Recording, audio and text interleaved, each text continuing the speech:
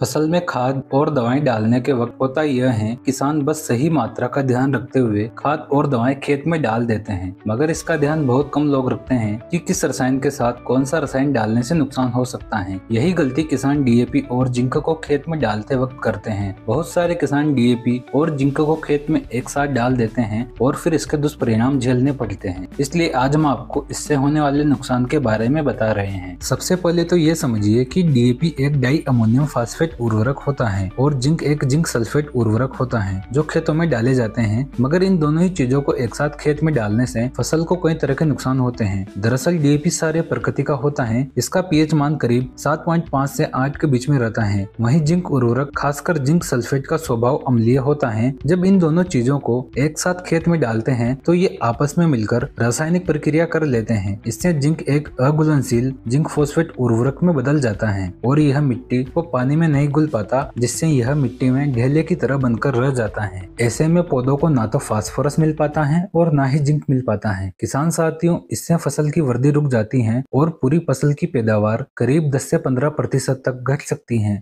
इसलिए जिंक और डीएपी को एक साथ कभी ना मिलाएं।